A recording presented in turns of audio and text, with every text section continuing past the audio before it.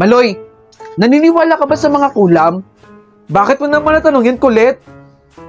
Paano ba naman kasi yung mga napapanood ko sa Facebook?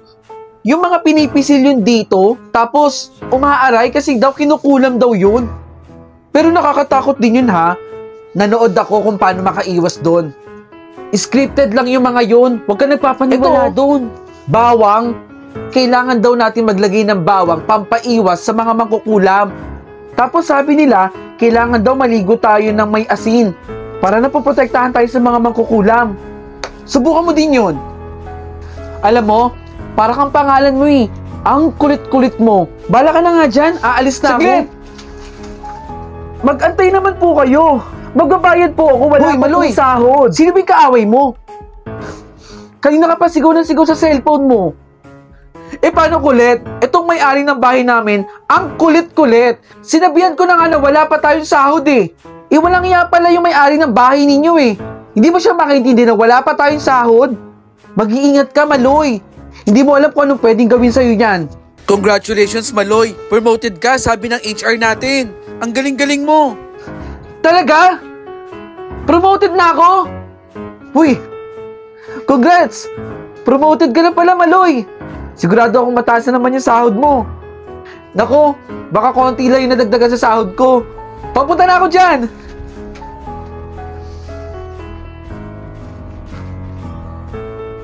Uy, Maloy!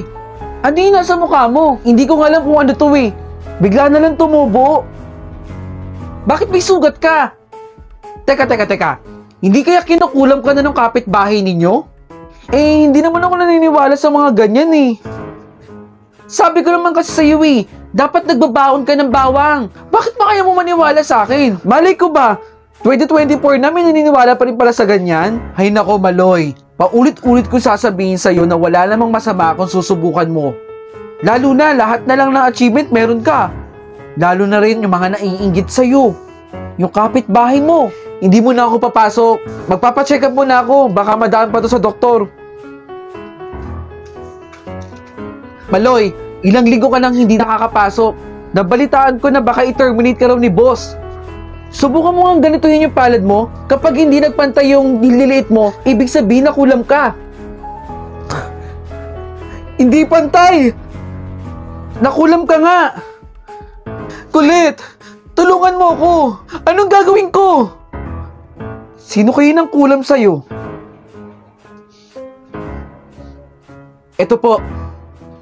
Ito po yung picture niya. Ang pangalan po niyan ay Maloy Hernandez. Salamat po. Hindi lang dapat ikaw, Maloy. Dapat ako din ma-promote sa trabaho. Deserve mo kung ano ang mangyayari sa'yo. Oh, na-enjoy mo ba yung content ko? At gusto mo rin bang manalo ng POV shirt gaya ng suot ko? Madiscarding nila lang? Nako, wag mong kalimutang i-follow yung Facebook page na nandito sa screen at mag-comment ka sa nakapin post. Sagutin mo lang ang tanong na, bakit dapat ka mabigyan ng POV clothing ko? 3 designs meron tayo. Malay mo, isa ka na sa mabigyan ng POV shirt ko. Ano pang inaantay mo? Mag-comment ka na dun. Bilis!